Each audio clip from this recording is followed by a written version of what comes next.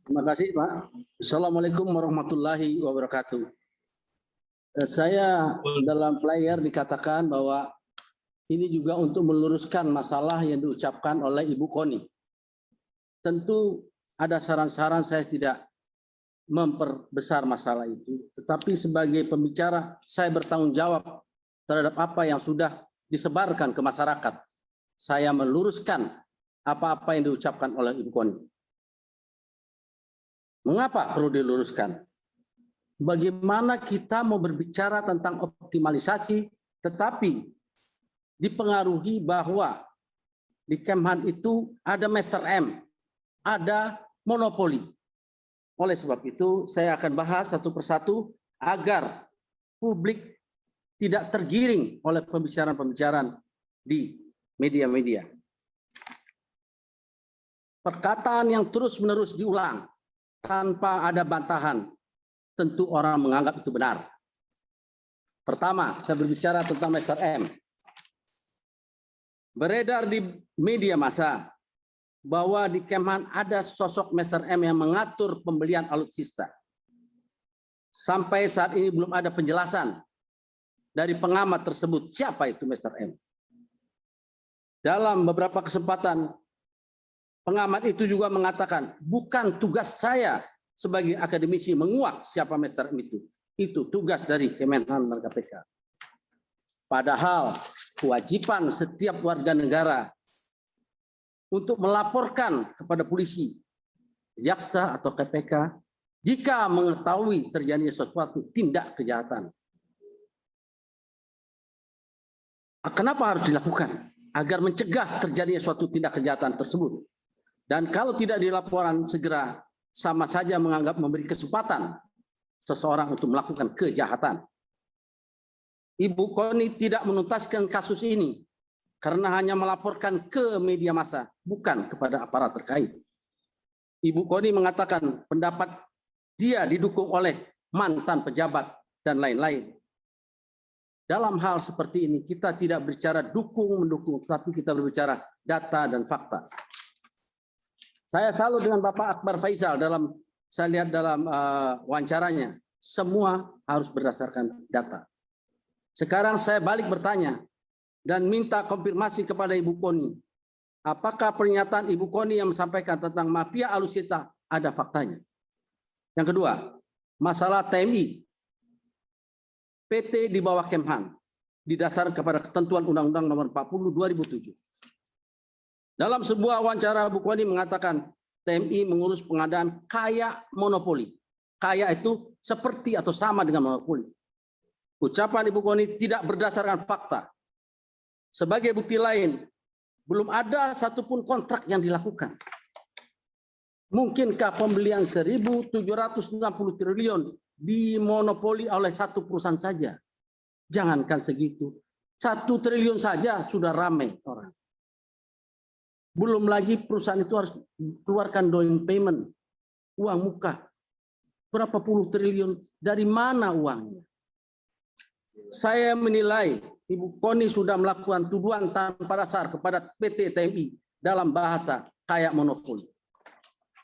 Berikutnya, tentang komentar yang saya dengar terhadap pesawat F-35 dan Rafale. Ada ucapan, sebelumnya saya sampaikan, semua apa yang saya sampaikan ada fakta dan ada videonya. Ada ucapan Ibu Koni dalam wawancara mengatakan, mau kemana beli F-35? Dan pesawat Rafale tidak diminati oleh TNI AU. Ini terkesan kita ini ngaco perencanaan. Ibu Koni mendengar sumber dari mana? F-35 pesawat tercanggih buatan Amerika. Loh, kok beli pesawat tercanggih aja dipersoalkan? Bukan itu lebih bagus? Karena kalau tidak canggih nanti kalah sama yang canggih. Untuk diketahui kalau daya pelurunya yang satu 100 kilo lebih, yang satu lagi 30 kilo. Belum perang aja sudah kena pesawatnya itu, Pak, Bapak-bapak dan Ibu-ibu sekalian. Begitu juga dengan Rafale yang buatan Perancis. Siapa bilang TNI AU tidak berminat? Apakah Ibu ini sudah bertanya? Nanti setelah pembicaraan ini tolong Ibu supaya dalam berbagai ini tolong disanggah kalau saya salah. Yang perlu juga diwaspadai oleh yang belum mengerti. Untuk membeli pesawat, kita tidak bisa membeli hanya kepada satu negara saja. Mengapa? Kalau satu negara saja, begitu kita kena embargo, kita tidak bisa apa-apa. Ini perlu diketahui. Tidak banyak yang tahu. Yang hebatnya yang tidak jadi tentara, lebih tahu dari jenderalnya. Ini kan kacau. 4. Masalah Lockheed Martin. Pabrik pembuat senjata, pembuat pesawat tempur ataupun angkut militer antara lain di Amerika. Ibu Koni mengatakan, kenapa tidak beli sahamnya saja 50%, 50 triliun? Menurut saya Ibu Koni terlalu menggampangkan persoalan. Seolah-olah mudah sekali membeli 50% saham perusahaan pembuat pesawat di Amerika. Negara besar, negara kaya. Jangan berbicara lebih lanjut, kita berbicara 50%. Kalau kita membeli saham 50%, berarti bisa deadlock. Pemegang saham 50% tidak setuju, berarti tidak bisa terjadi. Apakah mungkin Bapak kita, Pak Uncle Sam itu, Amerika yang terkuat, mau? Mungkin dalam jumlah kecil, mungkin bisa. Jangan berandai-andai terlalu jauh. Untuk membeli satu pesawat F-35 saja tidak disetujui, Bapak-bapak, Ibu-ibu. Masa mau beli pabriknya lagi? Beli sebungkus rokok tidak boleh, warungnya mau dibeli. Yang gampang aja kalau bicara. Seperti itu. Amerika memiliki regulasi yang ketat mengenai alutsista yang bisa ditawarkan ke negara lain. Kalau ini disampaikan kepada publik, ada suatu ide. Berarti jenderal-jenderal di Keman itu tidak berpikir seperti ibu itu. Bagaimana? Tidak cemerlang berarti. Agak tumpul. Harus diluruskan. Kalau tidak siapa kok lucu ya jenderal-jenderalnya nggak berpikir ya seperti itu ya. Ke orang luar, orang sipil pula lagi. Ini harus dijelaskan oleh saya. Tapi kalau saya jelaskan alergi, jangan diluruskan. Loh, kalau nggak diluruskan nanti rusak dong Kemannya. Kita ini sekolah, bapak-bapak, ibu-ibu. Sekolah sama dengan bapak ada SD, SMP, SMA, kuliah ada. Saya bukan marah, cara bicara aja ya Pak ya, maaf aja ya, bapak-bapak sekalian ya. Pak Moderator, emang saya semangat kalau bicara. Lanjut Pak, anak buahnya Pak Prabowo ya. Nah kemudian masalah waktu kedatangan alutsista yang dipesan. Ada kalimat, ya masa harus dibayar 2024 lunas, barangnya datang kapan saja. Masya ampun Pak, ini kalimat, ini sama dengan, ini kan manajemen, planning sampai dengan controlling. Barangnya datang kapan saja, Pak, ini namanya Kemhan, ini kayak Tarzan. Tarzan itu besok pagi makan apa nggak tahu dia. Tergantung kalau maunya datang, makan pisang. Jalan ke sungai ada buaya, bawa rusa, makan daging. Apa Kemhan seperti itu? Apa Kemhan barangnya datang kapan saja? Nggak bisa Bapak-bapak Ibu-ibu. Harus ada perencanaan pembelian, ada kontrak, barangnya datang 3 tahun kemudian, bayarnya per termin begini-begini. Saya mendengar ini, nanti saya punya bukti semua, Pak Moderator. Saya lanjutkan. Ibu Koni pernah mengatakan bahwa pejabat angkatan bingung ketika diperintahkan membuat kebutuhan mendekati Lebaran. Kalau tentara bingung, berarti dia harusnya tidak lulus jadi tentara. Apalagi angkatan udara, bingung, nyasar Pak. Disuruh ke Malaysia, datang kemana? Ke Australia. Gimana?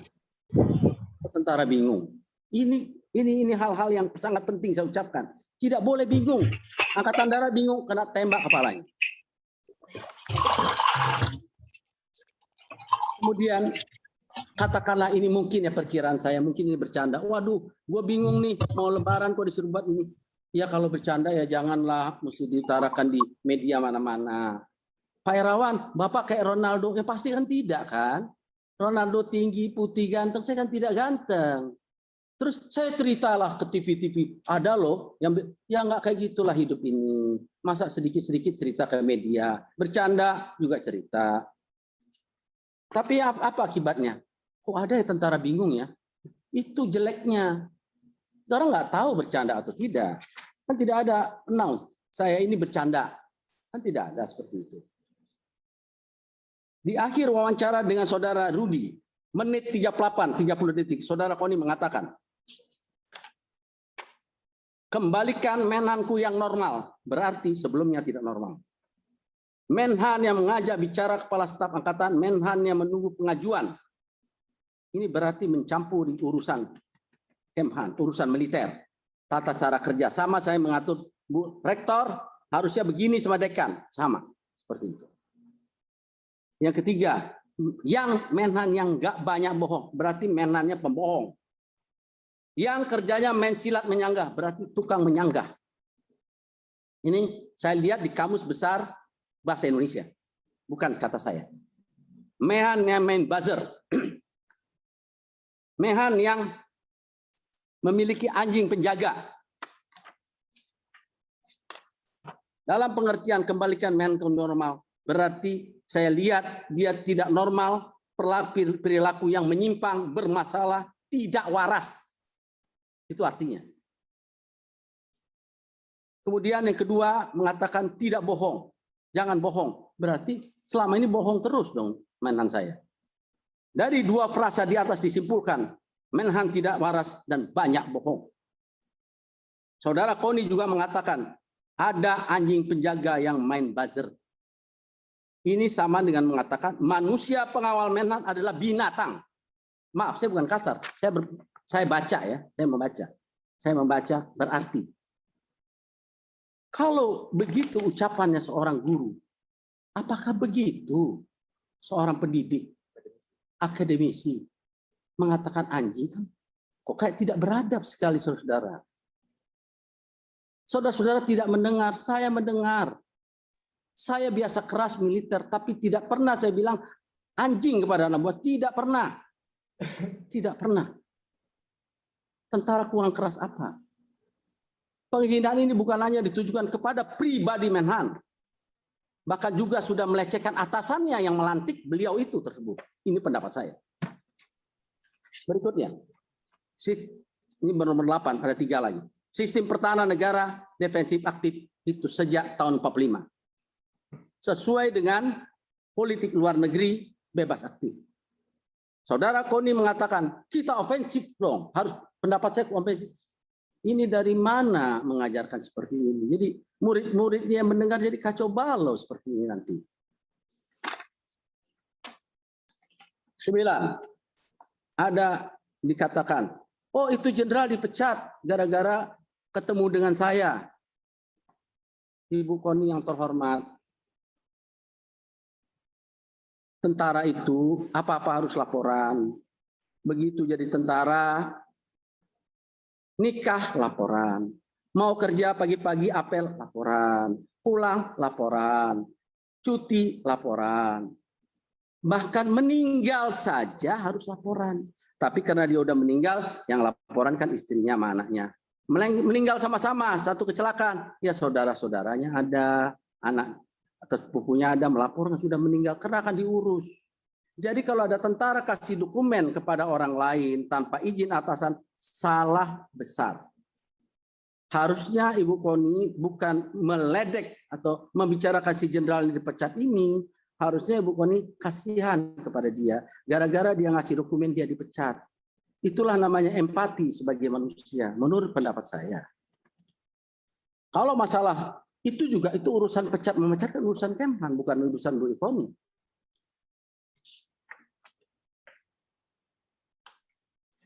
Nomor 10. Di akhir wawancara dengan saudara Peter Gonta. Saudara Peter Gonta bertanya, bagaimana kalau kita perang dengan Amerika dan Cina? Pihak kemana kita? Akhir kalimat adalah, kita bagi 2 aja Pak.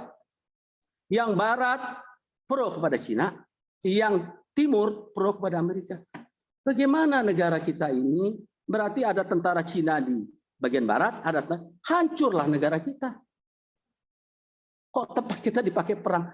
Saya kalau tidak luruskan ini, bagaimana siswa-siswanya? Dasarnya dari mana? Ajaran siapa?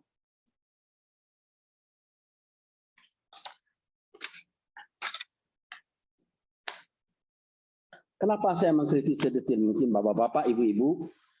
Saya rasa ini juga masih ada yang kurang. Pernyataan Ibu Koni tersebut di mana ada beberapa di antaranya yang keliru, menghina, dan kini sudah terlanjur beredar di media. Bila dibiarkan tidak ada yang menyanggah, dikuatkan publik menganggap itu benar. Ibu Koni sudah bertemu dengan Menhan. Mungkin Menhan tidak mendengar satu persatu apa yang diucapkan Ibu Koni di berbagai wawancara. Itu yang saya tulis. Itu semua ada buktinya. Setelah ketemu dengan Menhan, mungkin sudah memaafkan. Saya tahu Menhan mungkin sudah memaafkan. Tapi Menhan tidak tahu secara detail. Menhan kan buka kerjanya bukan lihat YouTube. Nah, Ibu Koni seharusnya kan mengklarifikasi ucapan-ucapan Ibu Koni kepada masyarakat. Oh, Master M itu begini, itu tidak ada atau ada, saya akan laporan ke polisi atau lapor ke siapa. Kan harusnya seperti itu. Terkesan oleh saya, kami ini, bahwa kami itu merasa udah dipijak-pijak begitu saja. Kemudian kenapa seolah-olah cuci tangan tanpa ada klarifikasi? Di awal Ibu sudah mengatakan ada mafia, tapi malah datangnya ke media, bukan ke instansi yang bersangkutan. Dimanapun di dunia, orang melihat pencurian, itu akan lapor polisi. Bukan lapor ke, dulu ada zaman saya kecil ada koran pos kota, bukan ke sana. Atau datang ke TVRI atau kemana. Pak, saya kecurian, enggak begitu kan hidup ini. Kalau hanya menyampaikan ke media, saya merasa itu adalah faktor kesengajaan untuk mencemarkan nama baik. Secara hukum pun perbuatan kesengajaan penyebar fitnah dapat dikenai sanksi.